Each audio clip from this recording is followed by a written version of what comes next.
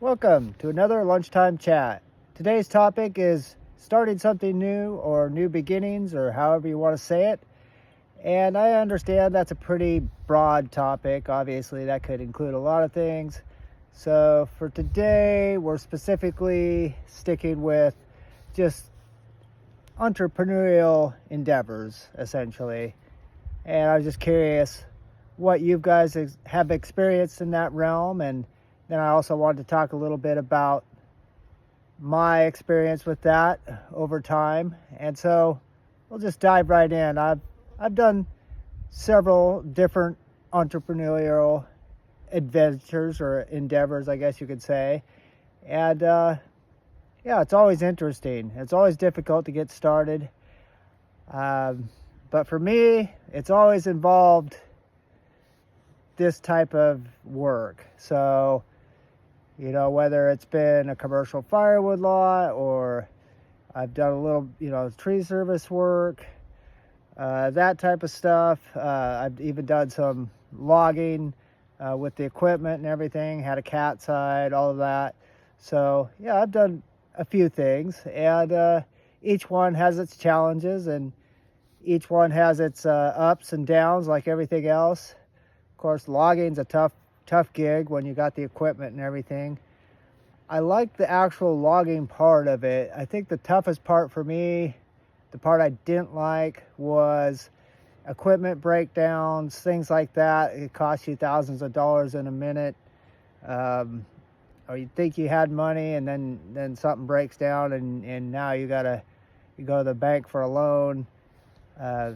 Logging's very stressful. So my hat is off to you guys that do it. I mean, that's a tough thing because it's just not predictable and the costs fluctuate so much, and you could sit there and pencil it out and it's like, then you go into the season and all of a sudden you got this breaks down or that breaks down and all your calculations go out the window and you're really struggling.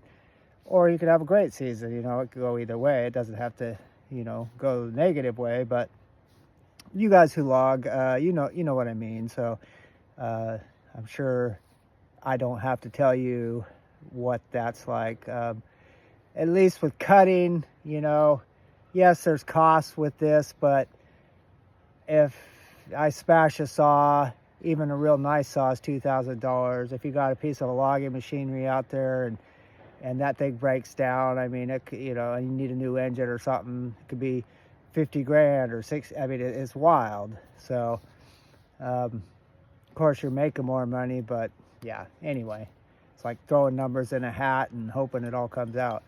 So, yeah, you guys who log for and run equipment for a living and do all that, have your own thing, throw in your 2 cents at this point. I'm sure you got plenty to say about this. But that's the point of this conversation, is just kind of open it up, talk about some of these things, kind of have a little bit of fun with it. Tree service stuff, I like, but it's kind of the same thing, but not on the same scale, because you need the truck and all that. And here in California, anything that involves a truck is just crazy what they make trucks do. Even like that flatbed I'm selling, they want you to pay commercial registration and do all. It's California. They're nuts about everything. They don't make doing business easy here, that's for sure. And even as a contract timber faller, yeah, they're always wanting some other insurance or this or that or the other thing. There's always something that you haven't done. I think to be in complete compliance is just a dream. You think that you've done everything required, and then you find out you haven't, and that just seems to be the way of you're either in some state of non-compliance in California, or you're not in business at all. Like, I mean, and you can really want to try to dot all the I's and cross all the T's, and I guarantee you're still not compliant. I can pull out the rule book and find section 103.8862.I where you didn't do this or you didn't do that. You get the point. But yeah, business is tough, but it's important. I mean, what that's what runs the world. And it's sad that the states and especially California are, easier on their criminals by far, and they just beat the tar out of the guys that try to do business here. And it's just, for the life of me, I was like, why would you do that? Why wouldn't you want to reward the people that are actually contributing to your society, contributing to the state and all that, and not treat them like garbage? But that's a whole nother tangent. We're talking about new beginnings. We're trying to keep it more positive. So for me, probably the newest thing the thing that I've done that's really different than anything I've done before is really YouTube. And that's about 3.5 years ago now. Maybe not quite 3.5 years when I started YouTube. So is it still about wood and wood related things and the timber industry and all that? Yes, of course it is. But it's just different in how there's a lot more, like sitting in front of a camera talking and doing all this stuff. It took me a long time to even get relatively comfortable doing this. There's a lot of videos that never made it onto YouTube, and that I kind of want to make that point with, like, sometimes it can look like, oh, that's pretty easy or whatever, but I just think everything's the same in this way. Like, you have to practice at things. And I'm not saying I'm an amazing YouTuber by any means. I got a lot to learn still, but my point is that anything you start takes time and practice. Those principles never change. Practice, time, persistence, those characteristics. And to be successful at anything, you have to have, those kinds of characteristics. Whether that's timber falling, whether that's YouTube,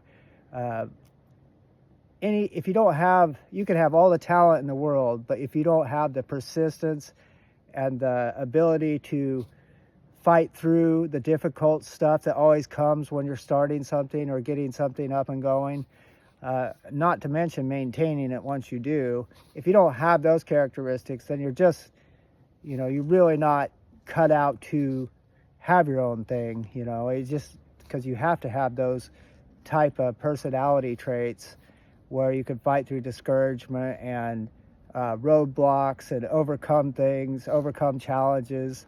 That's anything you do is like that. So yeah, I just wanted to kind of throw that out there and talk a little bit about that. And also, I do want to talk about the new thing I'm doing on locals. I want to thank you guys who have gone over and supported me on that.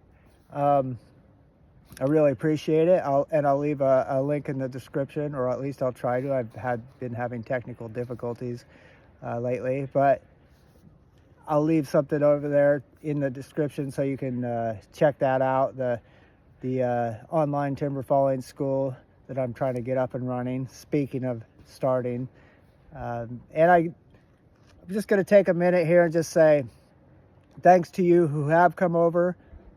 It's barely getting started. There's a few of you over there, and I would appreciate anybody that, even if you just go over and you sign up to be a member. You don't have to become a supporter where you're actually paying the $10 a month.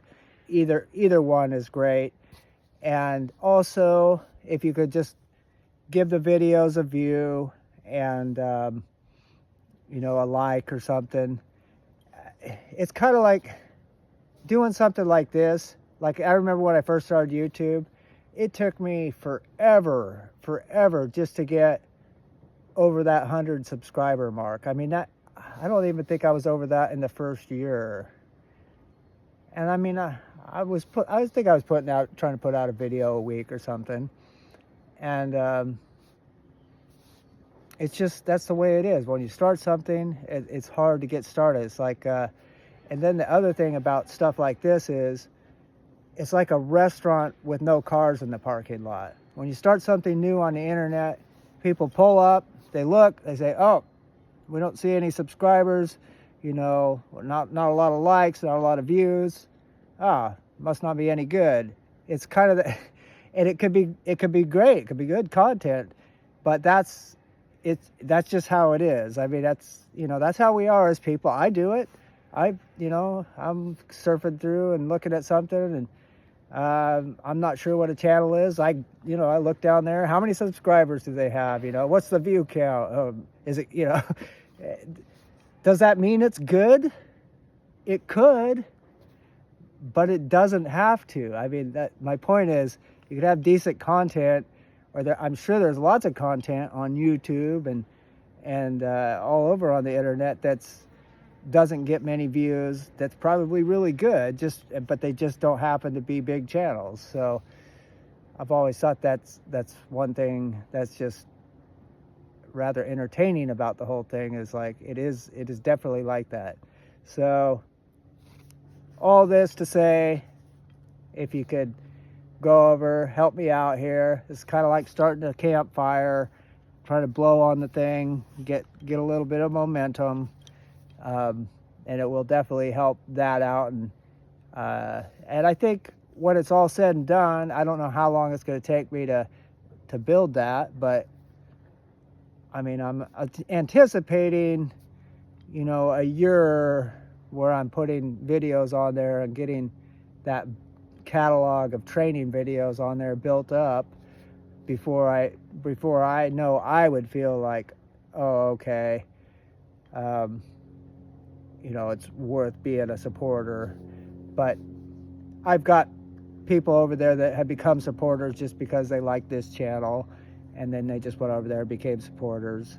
Definitely appreciate that. Thanks to you guys. Thanks for doing that. That's awesome. So anyway, I know I'm rambling on, but that's the topic here. Getting started in something, taking the leap, moving forward. Whether that, it could be anything, but for this particular video, we're talking about entrepreneurial endeavors. And so, yeah, just if you've been thinking about doing something, or, contemplating it, I understand that there's a lot of anxiety and can I do it? And, a lot of times self-doubt, all those things.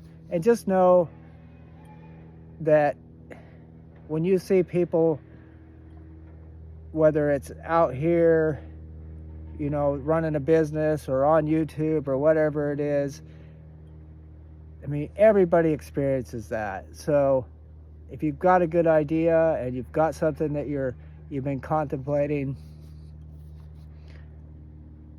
I'm not saying just jump in the deep end of the pool. I'm saying exercise caution. Go in, if you can go in slow with, keeping your day job and working a little bit after hours every day, or as much as you can on whatever it is.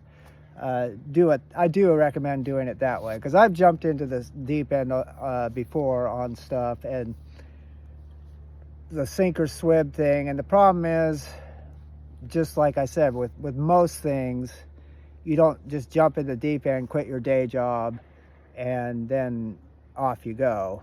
It just, that's not realistic. It sounds good in an inspirational seminar or whatever, but in real life, I've never found that to actually be the case. Everything is, what it comes down to is you'll do your regular job, plus you'll be dedicating time, effort, money as you can to the new venture.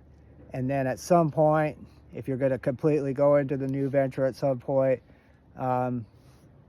you'll have to make that determination. But I definitely don't recommend just diving into the deep end and giving your boss the middle finger and, doing a Hail Mary.